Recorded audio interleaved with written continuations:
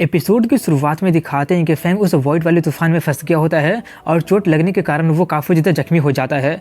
लेकिन और ज़्यादा जख्मी होने देने से पहले ही उसका ड्रैगन का बच्चा जल्दी से फैंग को अपना पावर का यूज करके उस वॉइड से बाहर निकाल देता है।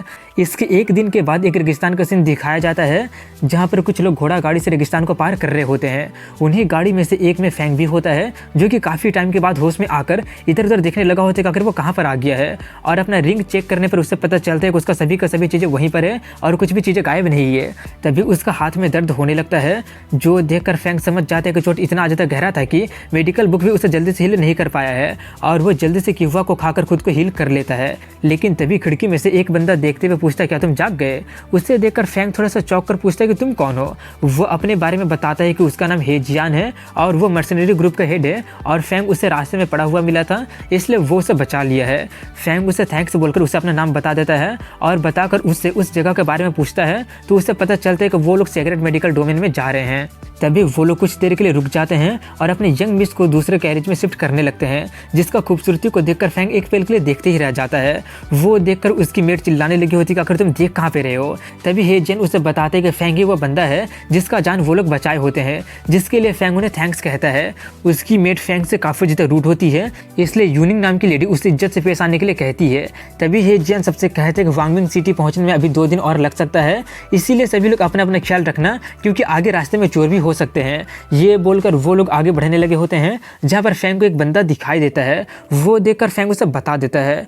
उसे देखकर जियान घबराते हुए कहता है कि वो बंदा हे भाव है और वो इस इलाके का अकेला रोबर है और उसके बारे में र्यूमर्स ये भी कहते हैं कि वो डिवाइन के फर्स्ट रिले में पहुंच गया है और वो कभी भी सेकंड रिले में पहुंच सकता है और उसका हॉबी सभी तरह की लड़कियां होती है। उतना बताकर वो सभी लोगों को खुद को बचाव करने के लिए कहता है। तभी हे भाव नीचे आकर उन लोगों से कहता है कि तुम लोग तो मेरा रूल जानते ही हो, मैं खुद ही ढूंढ लेता हूँ। जियान आगे बढ़कर उसे कुछ क्रिस्टल देते हुए कहता है कि मुझे पता है लेकिन इस बार मैं सिर्फ कुछ सामान को डिलीवर कर रहा हूँ, कोई लड़की को डिलीवर नहीं कर रहा हूँ, इसलिए मैं स्पेशली आपके लिए एक छोटा सा गिफ्ट को प्रिपेयर करके रखा हूँ।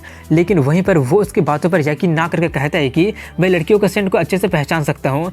ये बोलकर वो चेक करने के लिए कहता है लेकिन जियान उसे रोकने की कोशिश करते हुए कहता है कि कैरेज में एक पेशेंट है इसलिए उसे डिस्टर्ब करना ठीक नहीं होगा। लेकिन वहीं पर वो उसका कोई भी बात ना मानकर अपना प्रेशर का यूज करता है जिससे कोई भी हिल नहीं पाता है और वो उस कैरेज पर अटैक करके उसे तोड़ देता है और लस्ट भरी नजरों से उनकी तरफ बढ़ने लगा होता है। तभी फैंग कहता है कि तुम्हारा जैसा सेमलेस और डिस्पैचेबल बंदे से मिला काफ़ी टाइम हो गया है। वो देखकर जियान काफ़ी ज़्यादा घबराते हुए फैंग को रोकते हुए कहने की कोशिश करता है कि वहाँ पर मत जाओ क्योंकि तुम उसका अपोनेंट नहीं हो। और फैंग को अपने तरफ बढ़ता देखकर यूनिंग भी उससे कहने की कोशिश करती है कि young master how rashly act मत कीजिए, पहले अपना सेफ्टी का ख्याल रखिए।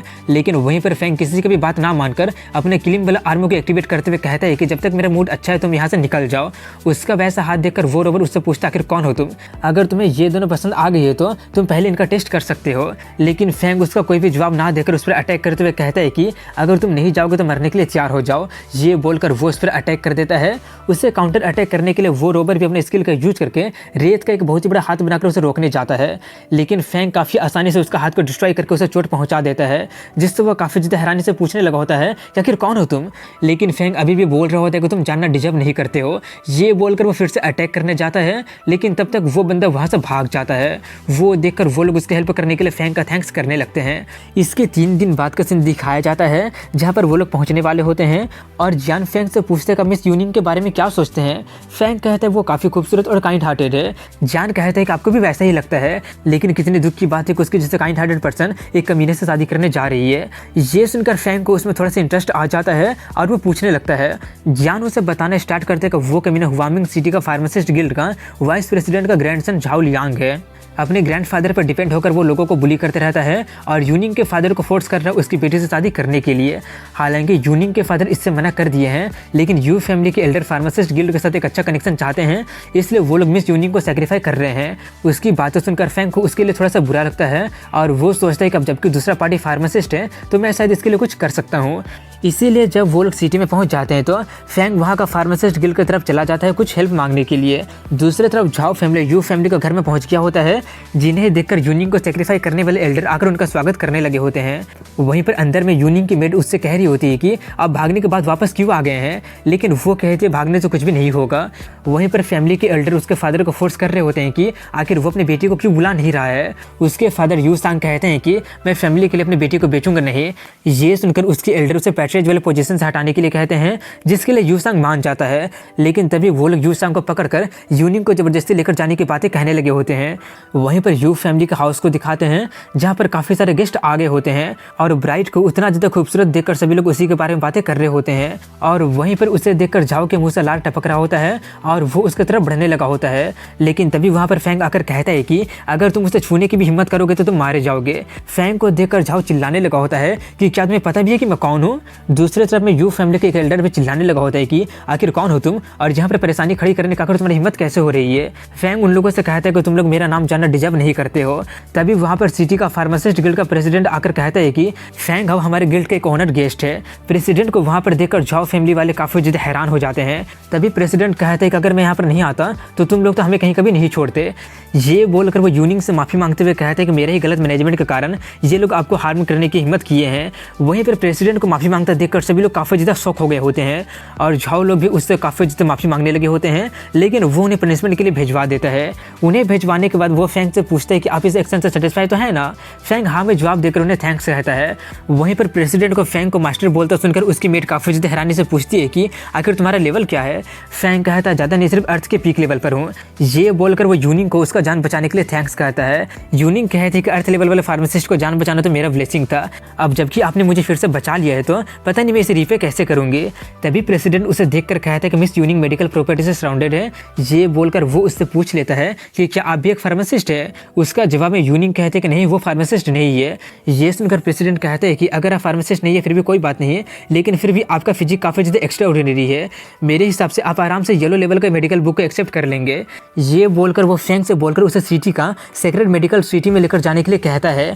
ये बोलने के बाद वो तीनों वहाँ के लिए निकल गए होते हैं और इसके 7 दिन बाद का सीन दिखाया जाता है, जहाँ पर उस सिटी के बारे में बताया जाता है कि ये सिटी एंशिएंट टाइम से एग्जिस्ट करते आया है और ऐसा कहा जाता है कि ये फार्मासिस्ट का बर्थ प्लेस है। लेजेंड के अनुसार गॉड ऑफ वॉइड पहला मेडिकल बुक को यहाँ पर क्रिएट किया था और वही सबसे हाई लेवल का मेडिकल बुक अभी तक है। तभी उन लोगों को दिखाते हैं जहाँ पर वो लोग सिटी में पहुँच गए होते हैं और फैंग उससे पूछता है क्या यहाँ पर कोई डिवाइन लेवल का फार्मासिस्ट है। प्रेसिडेंट कहता है कि डिवाइन लेवल का फार्मासिस्ट होली लैंड के एल्डर हैं और वो लोग ज़्यादातर बाहर नहीं निकलते हैं, सिर्फ होली लैंड में सबसे हाईएस्ट प्रोटेक्शन में रहते हैं। और इस सिटी में अगर तुम अर्थ लेवल का फार्मासिस्ट नहीं हो तो तुम खुद को फार्मासिस्ट नहीं बुला सकते हो। और काफ़ी ज़्यादा रात हो जाने के कारण वो लोग एक होटल रूम को बुक करके रेस्ट करने लगते हैं। वहीं पर फैंग को दिखाते हैं जहाँ पर वो आसपास का मेडिकल ऑरा को ऑब्जर्व करते हुए सोच रहा होता है कि प्रेसिडेंट बोले थे कि एंशिएंट सिटी सभी तरह के मेडिकल प्रॉपर्टी से भरा हुआ है और यहाँ पर फार्मासिस्ट अपने यूज के लिए उन्हें ऑब्जर्व कर सकते हैं। तो लगता है कि ये सभी बातें सच है। कहीं इसका मतलब मेरा डिवाइन लेवल का मेडिकल बुक भी यहीं से तो नहीं आया है ना। हालांकि यहाँ का ऑरा काफ़ी ज़्यादा कमज़ोर है, लेकिन जितना भी मेडिकल प्रॉपर्टी उसमें रिकॉर्डेड है वो सभी के सभी यहाँ पर मौजूद है। ये सब सोचकर वो उन्हें ऑब्जर्व करके हेवन लेवल में ब्रेक थ्रू करने के बारे में सोच लेता है और सोचकर ऑब्जर्व करने लगा होता है, जिससे फैंग को एक अजीब तरह का फिगर जैसा कुछ दिखाई देता है, लेकिन उसे समझ में नहीं आता कि आखिर वो क्या है। इसलिए वो इस पर से अपना ध्यान हटाकर ऑब्जर्व करना जारी रखता है, जिससे आसपास में जितने भी मेडिकल ऑरा मौजूद होता है वो सब के सब उसके पास जाने लगे होते हैं, जो देखकर आसपास के लोग काफ़ी ज़्यादा हैरान होने लगे होते हैं कि आखिर ये सब क्या हो रहा है।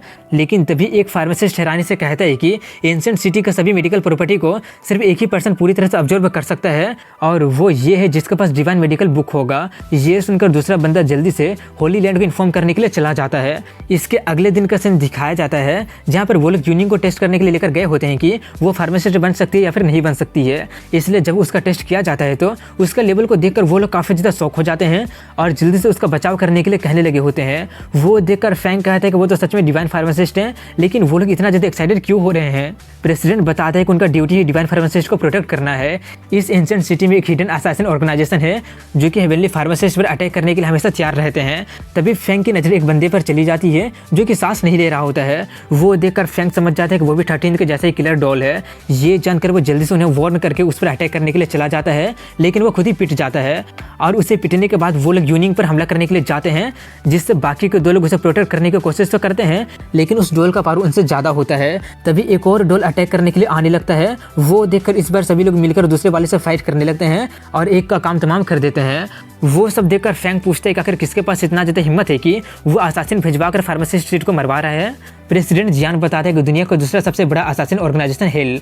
लगभग 300 साल पहले वो हेलिस ऑर्गेनाइजेशन अपना पहला मूव चला था और वो हमारे काफ़ी सारे फार्मासिस्ट के सीट को ख़त्म कर दिया था, जिसके कारण होली लैंड काफ़ी ज़्यादा गुस्सा हो गया था और वो पूरा कॉन्टिनेंट वाइड रिसर्च को लॉन्च कर दिया था, लेकिन हेल का कोई भी ट्रेसेस नहीं मिला था। फैंग पूछते हैं कि आखिर वो लोग ऐसा क्यों कर रहे हैं और पहले नंबर पर असासिन का ग्रुप कौन सा है। वो बताता है मुझे नहीं पता, और दूसरे नंबर पर गॉड किलर नाम का असासिन ऑर्गेनाइजेशन है। वहीं पर वो लोग उन दोनों किलर डॉल से फाइट कर रहे होते हैं और उनका फाइट करने के साथ यहीं पर इस एपिसोड की एंडिंग हो जाती है। अगर वीडियो पसंद आए तो लाइक कमेंट शेयर के साथ चैनल को सब्सक्राइब जरूर कीजिएगा। मिलता हूं कल अगले वीडियो में, तब तक के लिए हैव अ गुड डे।